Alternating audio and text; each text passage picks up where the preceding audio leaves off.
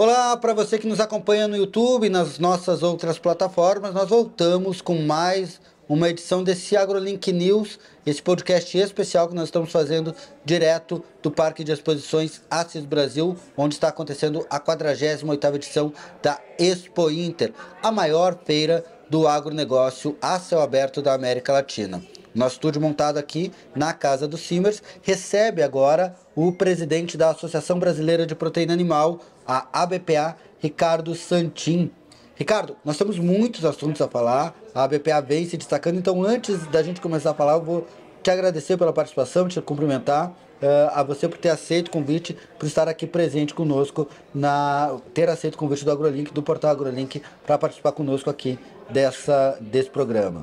Obrigado, Eduardo. Obrigado a todo o portal AgroLink, a Casa dos Simers aqui, do presidente Claudio Bier, da Fiergs. É um prazer estar com vocês aqui e falar um pouco das nossas proteínas de aves, suínos e ovos, né? E desse ambiente da Expo Inter que está mostrando a resiliência do gaúcho, que está voltando a mostrar uma feira forte e pujante. Bom, o Ricardo, ele é gaúcho de Marau, chegou à presidência da ABPA, e aí a gente tem que começar falando de algo que também veio no Rio Grande do Sul nesse ano, que nos trouxe alguma preocupação, por sorte não se alastrou, que é talvez o principal assunto, foi talvez a grande crise da ABPA nesse ano, que foi a gripe aviária, que a gente detectou pela primeira vez numa granja comercial no Brasil, ali na cidade de Montenegro. Ricardo, como é que está sendo a recuperação? A gente tem...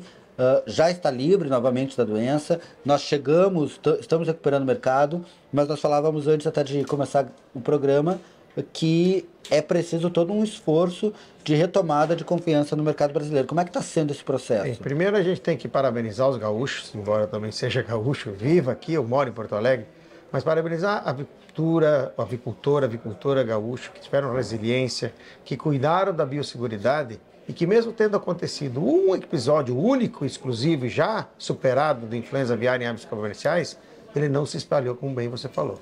Foi fruto de preparação, fruto de estar preparado, de estar, digamos assim, consciente da responsabilidade, também da transparência. A ação da Secretaria da Agricultura e do Ministério da Agricultura imediata também foi importantíssima.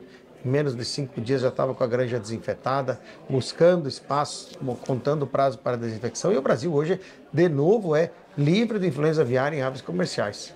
Aliás, o Brasil fez isso, foi o único caso isolado, comunicou a Organização Mundial de Saúde Animal, ela nos liberou e ainda há resquício de alguns países que ainda estão fechados, como China, como Europa, são os mais importantes que estão fechados ainda, e a Malásia e o Canadá. Mas mais de 145 mercados reabriram totalmente o frango brasileiro. A gente continua vendendo, o Brasil continua a ser o maior exportador do mundo, vai fechar esse ano com quase 5 milhões e 200, talvez um pouco mais, de milhões de toneladas de exportação, e isso é importante estar aqui. O Rio Grande mostrou ao Brasil que estava preparado, mesmo tendo passado anteriormente com o episódio do Newcastle, as inundações, que aqui no parque onde nós estamos agora, Eduardo, isso aqui estava cheio d'água. E hoje a gente está aqui voltando a ver o nosso Rio Grande forte, trabalhando e ajudando o Brasil, dando exemplo para o mundo de rapidez na ação, capitaneada pelo ministro Carlos Fávaro, secretário Rua, Goulart, Alain, e aqui o secretário da Agricultura, Edilson Brum, e o secretário o substituto Márcio Madalena, em nome deles, foram os que comandaram esse processo e deram exemplo para o Brasil e para o mundo. Bom, Santin, você citou a China e acho que é importante porque ela tem se mostrado, embora um grande parceiro comercial do Brasil, a gente tem essa consciência, mas ela se mostra como um país, como um mercado de uma exigência muito grande quando se trata de questões sanitárias. Não é a primeira vez, a gente está falando dessa dificuldade maior, mas não é a primeira vez que a China mostra um rigor muito grande quando se fala de questões sanitárias. Como é que isso impacta e como é que isso melhora ou não a produção brasileira, a sanidade animal no Brasil? Bem, nós, em termos de sanidade, nós não somos melhor que ninguém, mas não tem ninguém melhor que nós. Nós estamos no grupo dos melhores aviculturas do mundo e a China também tem um nível excelente de produção igual ao nosso. Claro, cada país tem seus protocolos, a China tinha seus protocolos, foi severa com o Rio Grande no sentido de estar há mais de 1 ano e tanto sem importar do Rio Grande do Sul por conta de um único episódio de doença de Newcastle, que aquele sim foi só uma ave lá atrás, mas agora a gente tem a notícia boa de que a China está vindo na metade desse mês visitar o Brasil para verificar esse do protocolo deles, fazer uma visita técnica de verificação se o Brasil está livre. E, claro, nós estamos livres, então a China virá aqui, verificará a situação de livre, daí, naturalmente, quando eles voltarem, eu não sei qual o tempo, mas devem retomar, dentro do seu tempo, as compras do Brasil. Agora, a China é um país muito importante para nós. É o maior comprador de carne de aves do Brasil e o segundo maior de carne suína. Eles têm protocolos bastante rígidos que também nos ajudam, inclusive. Como a gente vende para mais de 150 países do mundo, você teve que desenvolver protocolos e atender tantos protocolos e requisitos que você melhorou a sua produção muito. E essa produção que vai para o exterior é a mesma que fica na mesa dos brasileiros. A gente não segrega produzir só para exportar.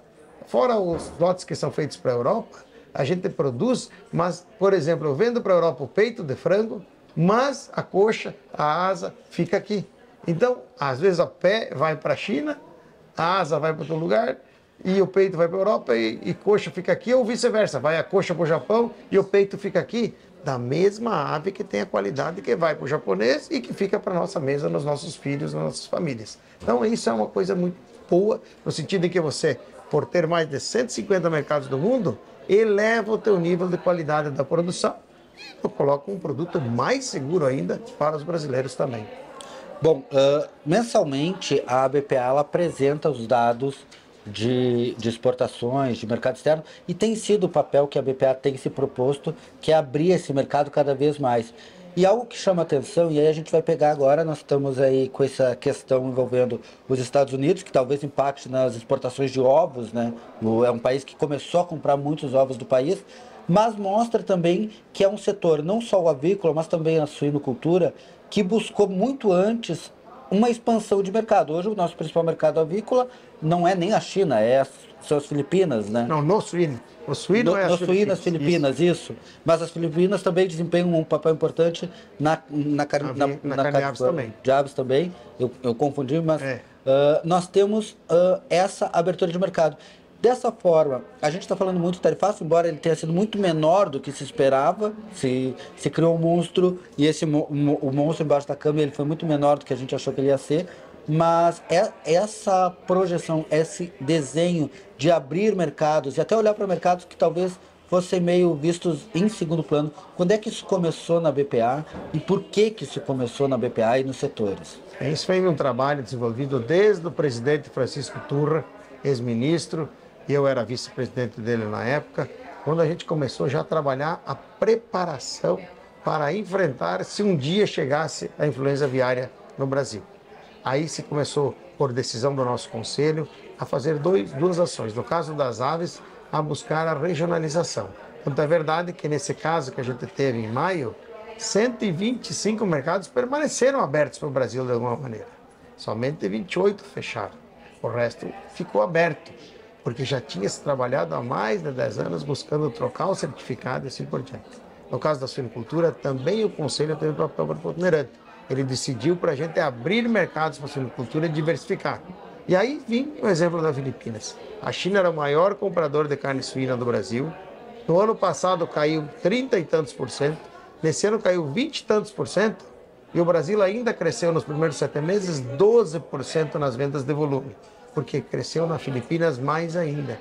Filipinas tornou-se o maior importador de carne suína. A China continua a importar, sem nenhum problema, mas conseguimos diversificar para outros mercados. Essa é uma das características que dão resiliência, que dão sustentação econômica ao nosso negócio.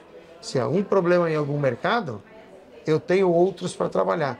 Foi assim agora com a influenza aviária e está sendo assim no caso da suinocultura, não por conta da doença, mas por conta de uma decisão da China que começou a comprar menos. Mas mesmo assim, nós estamos crescendo. No caso da avicultura, quando a gente faz a avaliação dos primeiros 7 meses do ano, a gente caiu 1,7% em volume, que é muito pouco frente ao desafio da influenza aviária que nós desenvolvemos. Mas a receita positiva em 1,6%. Quando eu vou na suinocultura, nós crescemos 12% em volume e receita, ou seja, são dados muito interessantes. E o ovo, sim, ele é atingido pelo tarifaço? Ele é. O suíno também é atingido pelo tarifaço. Mas as exportações suínas para os Estados Unidos equivalem a 2% das exportações totais do Brasil para o mundo. Por isso você perde dinheiro, não queremos perder nenhum cliente. e somos parceiros dos Estados Unidos, entendemos que o Brasil tem que negociar, sentar, porque é uma parceria de longo prazo que não pode ser colocada fora por retóricas políticas. Nós temos que pensar pragmaticamente nos negócios. Mas, no caso do ovo, é 61% esse mercado. Ele é o mercado mais importante da proteína do ovo de exportação. Mas se exporta menos que 1%, esse ano nós iríamos chegar a próximo de 2% da exportação da produção brasileira. Então vai ter grandes alterações. Além disso, no caso dos ovos especificamente, os Estados Unidos começaram a importar do Brasil porque ele tinha falta de produto. Não era um problema de preço. Talvez, em alguns casos, as tarifas poderão ser pagas e ainda assim o ovo ficar competitivo lá, porque a escassez de produtos local faz isso. A gente tem também uma outra, que é uma proteína que nós ajudamos a defender, que é a Peixes BR, nossa associada, que são as tilápias, os peixes de cultivo. Temos mais de 6 empresas associadas nossas que têm frigorífico de tilápia e produção integrada de peixes. Esse sim está bastante atingido, 83% das exportações de tilápia iam para os Estados Unidos, peixe fresco, ou seja, tem que mudar o sistema de você usar, mas essas exportações correspondem a 2% da produção de peixes do Brasil e 6% da produção de filés de tilápia do Brasil. Ou seja, também não é algo que vai destruir nossas indústrias. Por isso a gente tem entendido que mesmo com o tarifaço, nós vamos sofrer efeitos reflexos pela retirada de bilhões de dólares que vem para a nossa economia pela carne de boi e pelo café, mas nós não vamos ter esse efeito direto e as nossas proteínas vão sobreviver muito bem ao tarifaço. E existe, então, o caminho que a BPA apresenta é, então, um caminho que mostra a necessidade de se expandir o mercado para, por exemplo, no meio dessa guerra tarifária, hoje há uma guerra comercial abertamente entre Estados Unidos e China. O Brasil negocia com os dois, mas também não depende unicamente. A gente já falou dos Estados Unidos, não tem impacto, e de China. Então, o caminho é expandir. E aí, de novo, eu volto no tema, olhando talvez para mercados que as pessoas olhem para o público geral com um certo preconceito. Filipinas, os mercados da África, o mercado de carne halal vem crescendo cada vez mais dentro da cadeia de exportações brasileira, o mercado ali do Oriente Médio. Então, a BPA aponta também para esse caminho da necessidade de se ampliar mercados e de se olhar para países sem preconceito, negociar com todo mundo. Sem dúvida. Eu sempre disse, desde o início, tanto no mercado interno como externo, frango, suíno e ovo, não tem nem ideologia e nem partido político. Nós trabalhamos para ajudar a manter a segurança alimentar do brasileiro e ajudar na segurança alimentar de mais de 150 países no mundo. Eu tenho um lema, não tem mercado pequeno, não tem mercado que seja ruim. Nós temos que estar em todos e se o cliente quer comprar, a gente tem que dar um jeito de tentar atender, exatamente porque nós temos um protagonismo de ser o maior exportador mundial de carne de frango, com 38% do market share global. E no caso de suíno, nós somos o quarto, caminhando para ser o terceiro, com 15% desse mercado. No caso do boi também, nós somos o primeiro exportador com 25% do market share global. Ou seja, o Brasil desenvolveu uma responsabilidade com os países que compram dele. E a gente olha todos os mercados, sempre falo para as empresas, não importa, às vezes é mais difícil vender 1 ou 2 containers do que 100, mas todo o mercado é bom porque no momento de uma crise você tem alternativa. Bom, e aí entra uma questão, a gente falou, você citou 2 vezes, a gente falou de política, obviamente, porque isso passa pela questão política. A BPA foi comandada pelo ex-ministro Turra, hoje a BPA indicou o Luiz Rua, que era o representante, o responsável comercial dentro da BPA e hoje está ocupando um cargo junto ao Ministério da Agricultura. Como que a associação consegue andar em diferentes governos sem ter nenhuma crise, porque não há uma crise desenhada com nenhum governo politicamente da BPA. Como é que é esse processo e que lições isso dá para outros setores da economia e da política brasileira? Primeiro, esse princípio que colocamos, e o Turra definiu lá atrás, nós não temos partido nem ideologia. Nós ajudamos as pessoas a comer. Nós não queremos saber se o cara é que nem o cara aqui dizer eu sou do Inter, tu é do Grêmio, só quem come frango é do Inter, só quem come porco é do Grêmio, e aí daqui a pouco você vai estragar a refeição de cada um. E aí agora ninguém está ganhando o título, né? Deve dizer, não estamos ganhando nada e ficamos 2 ainda com fome, né? Esse é o problema. Não, a gente sempre teve essa ideologia na BPA, está no nosso estatuto, não participar de política. Eu trabalhei com o governo, com o presidente Lula, com a presidente Dilma, com o presidente Temer, com o presidente Bolsonaro, estou de novo com o presidente Lula e vamos continuar com quem quer que seja. Naturalmente, nós temos nossas opiniões políticas e elas são reservadas para o âmbito do momento do voto, mas como associação nós olhamos as pessoas que precisam comer e que não têm partido e que não têm ideologia. Agora, o Rua não foi indicado pela BPA, o Rua foi convidado pelo ministro e a BPA, claro, prontamente disse, olha, você pode ir, porque eu não quis brigar com o ministro, dizer manter, né? Podia dizer, vou te dar um aumento, fica aqui, né? Que eu não quero te perder. Claro que eu não queria perder o Rua, mas eu sei da importância dele no trabalho que esse rapaz está fazendo para o Ministério.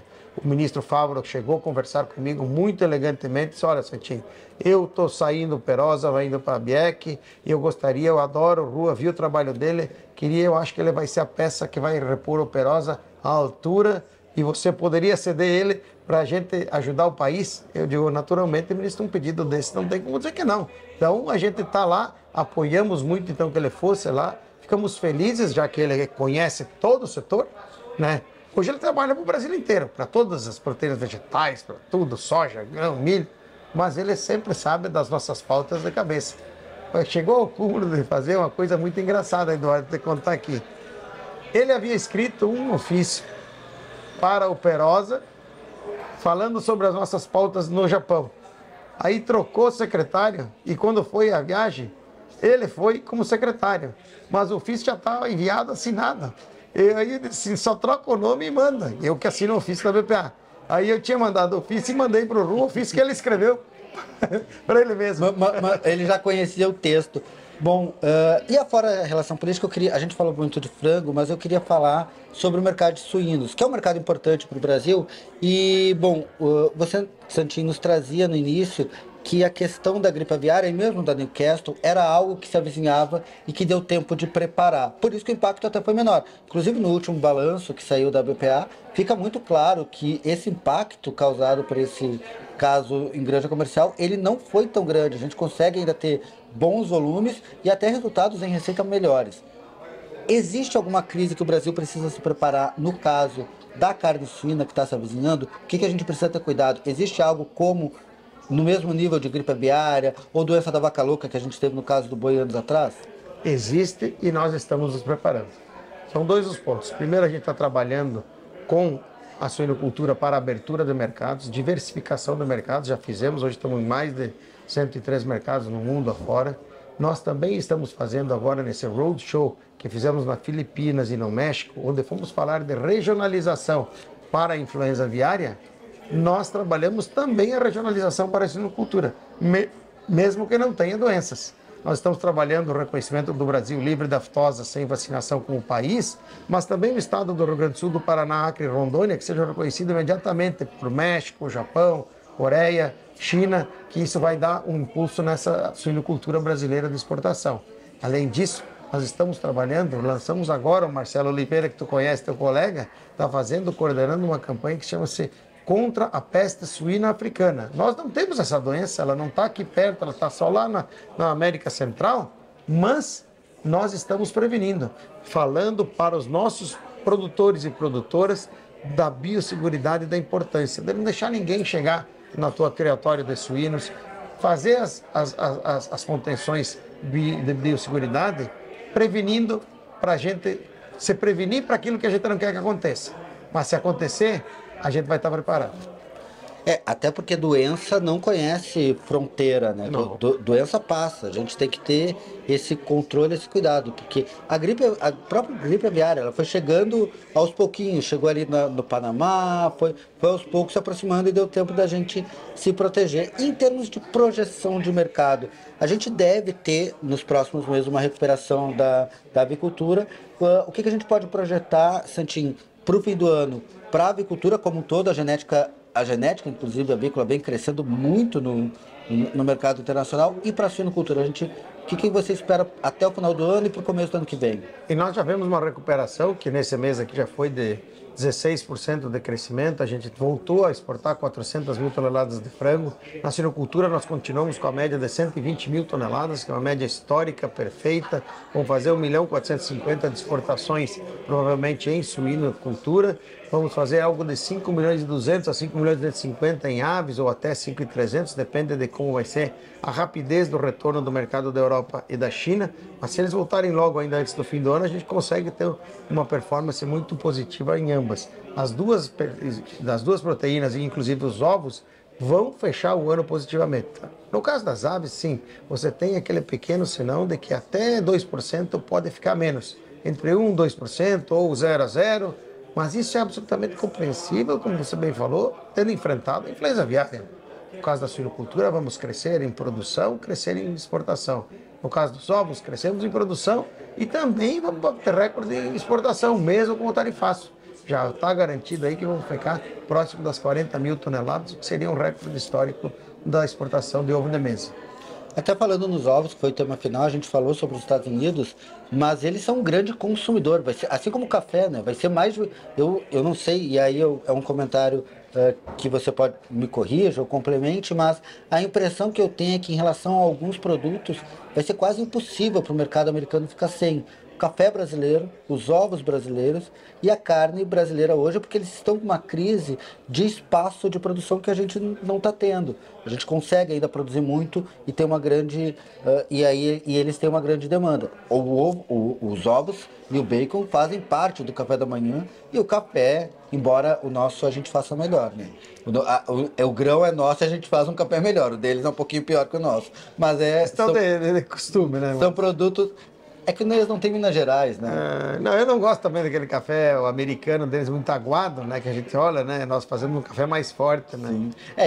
Quem toma um café em Minas Gerais, quem tem Minas Gerais para tomar café e o frango e um galeto no Rio Grande do Sul acaba tendo dificuldade de se adaptar. Mas são coisas que me dá a impressão de que o mercado americano mesmo vai cobrar que se tenha uma efetivação, que se tenha de forma muito forte, que o produto continue chegando na mesa, né? Por isso que nós defendemos que o governo brasileiro vá negociar. Falava agora com o presidente Alckmin lá no México, junto com o ministro Fávaro e a ministra Tebet. No pedido nosso, inclusive, apoiamos a CNI, que está essa semana em missão nos Estados Unidos. A manifestação da CNI no artigo 301 americano, nós apoiamos a manifestação, estamos trabalhando nesse sentido, buscando que o ministro Alckmin buscasse trabalhar a exclusão das carnes de suíno, da carne de boi, do café, da lista do tarifaço americano, porque a gente acha que também eles precisam, a gente vai colaborar e continuar a colaborar com eles na, digamos assim, eventual necessidade que eles precisam para ter segurança alimentar lá. Bom, e aí a gente estamos encaminhando para o final, já agradecendo, e vou reforçar depois o agradecimento ao Ricardo Santin, mas vocês acompanharam essas missões, recentemente o vice-presidente e também, que acumula a função de ministro da Indústria e do Comércio, junto com a ministra Simone Tebet, ministra do Planejamento, estiveram no México e no Canadá em missão justamente de ampliação de mercado, na qual a ABPA participou. Como é que foram as recepções nesses países? Como é que foram os resultados? Como é que você avalia essas duas missões no México e no Canadá, Santinho? Bem, nós acompanhamos a parte do México somente, foi muito positivo. As pautas que nós levamos lá para o secretário Rua e depois para o ministro e para o vice-presidente da República se tratava, e eu apresentei elas pessoalmente para ele de manhã, num café da manhã que ele fez com os setores que estavam lá representados na cidade do México, era a renovação do PASIC, que é o Plano contra a Caristia e Inflação dos Alimentos mexicano, que faz com que a tarifa para frango de 75% caia para zero, na de suíno de 16% caia para zero. Então, também na de bovino cai para zero. Isso ajuda e isso foi um compromisso que a presidente Cláudia teve com o presidente Alckmin. Ela disse que vai renovar e que nós vamos ter mais um ano de acesso àquele mercado com essas tarifas que são tarifas melhores. A gente também fez um pleito pela regionalização se tiver um outro caso de influenza aviária, para não fechar o país inteiro. E o secretário Rua me contou que as conversas ficaram bem adiantadas e a sinalização mexicana é de que eles vão aceitar uma regionalização. Estão estudando se será por estado ou por município, por enquanto por estado, mas ter a regionalização já ajuda muito. E também O último feito era o reconhecimento do Rio Grande do Sul, do Paraná, Acre e Rondônia, livres de aftosa sem vacinação, para que também, além de Santa Catarina, esses estados pudessem vender carne suína para o México. Tá certo, então, o presidente da Associação Brasileira de Proteína Animal, a ABPA, Ricardo Santin, que esteve aqui nos nossos estúdios na Expo Inter, na 48ª Expo Inter. Para finalizar, uma pergunta importante que a gente não falou, estamos na Expo Inter, como é que está sendo? Você esteve quase todos os dias, entre idas e vindas, o que está achando da Expo Inter? Que tem batido recordes, tem sido uma Expo Inter até agora de muito sucesso? Qual tem sido a sua avaliação, Santinho? Avaliação muito positiva. Eu estive aqui no domingo, recebendo o presidente do conselho da BPA, com o conselho da Cooperativa Lar, o presidente Irineu da Costa Rodrigues. Segunda vim aqui dar uma palestra, viajei na segunda vez para São Paulo para dar uma palestra lá, voltei agora, dei aqui e vejo que está muito movimentada, tem bom desempenho e mostrando, acima de tudo, a resiliência do gaúcho que está voltando aqui, do Brasil inteiro, que está aqui nessa feira, mas especialmente do gaúcho, que pegou uma crise da inundação, recuperou o parque ano passado e agora está mostrando um parque todo reformado, cheio de gente, batendo recorde de público no primeiro dia, mais quase 120 mil pessoas só num dia aqui. Já comprou teu queijo colonial no pavilhão da agricultura familiar? Comprei já uma bombacha para minhas filhas, comprei bota e vamos lá comprar queijo, salame e copa, que é uma coisa que não dá para deixar de passar no nosso pavilhão da agricultura familiar, que é um grande ganho, como é a área onde estamos agora. A Expo Inter no passado, ela não tinha máquinas, ela não tinha a pequena agricultura.